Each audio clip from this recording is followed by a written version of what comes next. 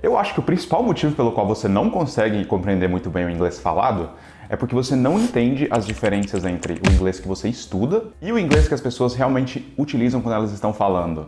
E isso porque existem duas coisas que as pessoas costumam fazer quando elas estão falando e que geralmente a gente não aprende nas nossas aulas. E nesse vídeo a gente vai falar sobre quais são essas duas coisas. Mas primeiro, me conta se uma dessas situações aqui te parece familiar.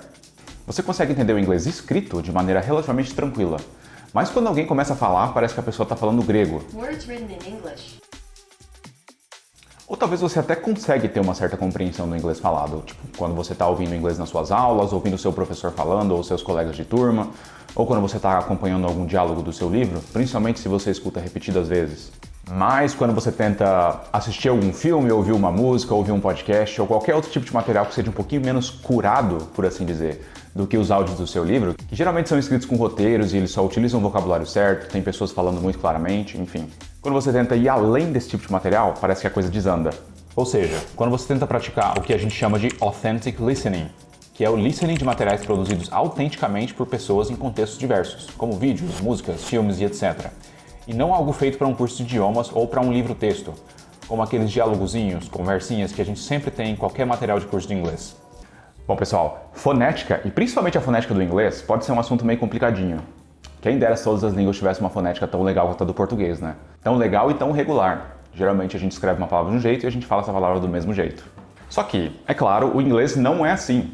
Então, principalmente se você começou a estudar inglês faz pouco tempo e você ainda não está acostumado com as peculiaridades desse idioma, com os diferentes sons que uma letra pode ter, por exemplo, sobre as possíveis diferenças que pode ter entre uma palavra escrita e uma palavra falada, esse pode ser um primeiro motivo pelo qual você não entende o inglês falado.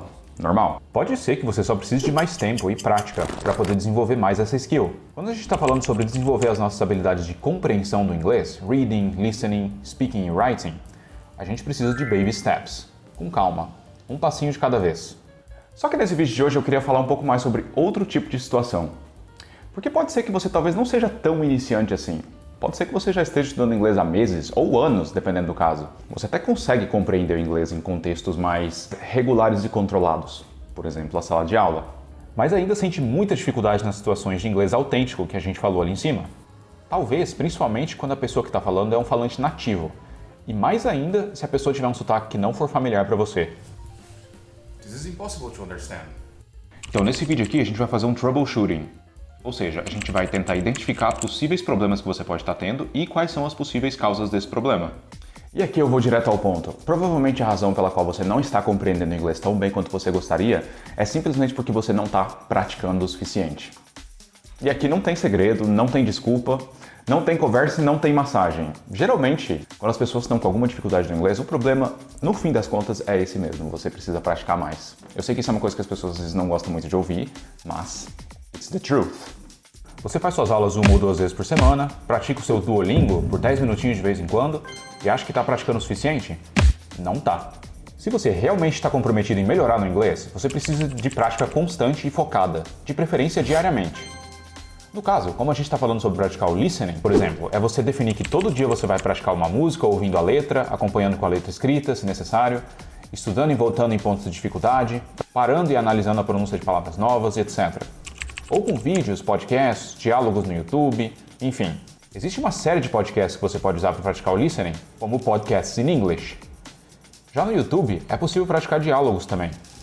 Com o tempo, você pode tentar avançar para coisas como TED Talks, assistir filmes sem legenda ou com legenda em inglês, enfim, sempre tentando progredir de pouquinho a pouquinho. Como se fosse literalmente uma academia para os seus ouvidos, porque é assim que a gente melhora em qualquer coisa, com progressão constante de carga.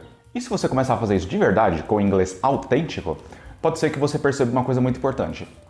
A forma como a gente aprende a pronúncia de palavras isoladas nem sempre é a forma como uma palavra aparece em um contexto real, no meio de uma frase.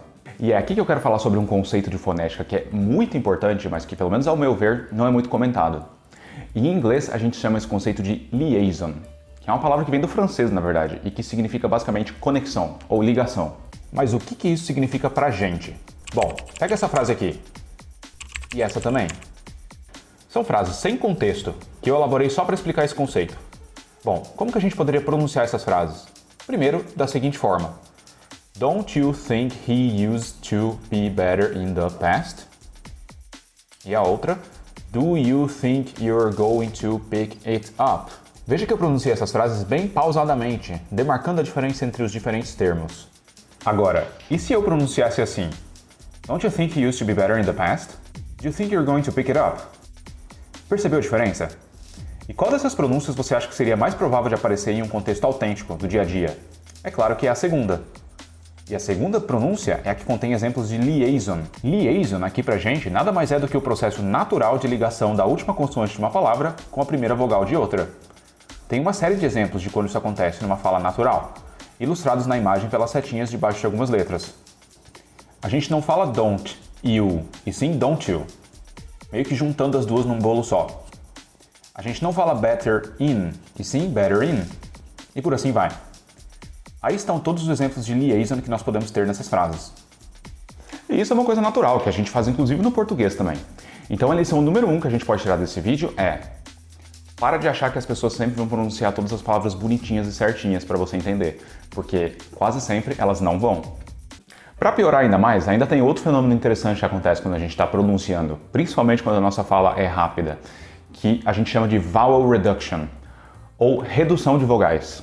Pegando novamente um exemplo anterior, don't you think you used to be better in the past? Além da liaison, ou da conexão entre o T do don't e o Y de you, nós também temos reduções de algumas vogais. Don't you think?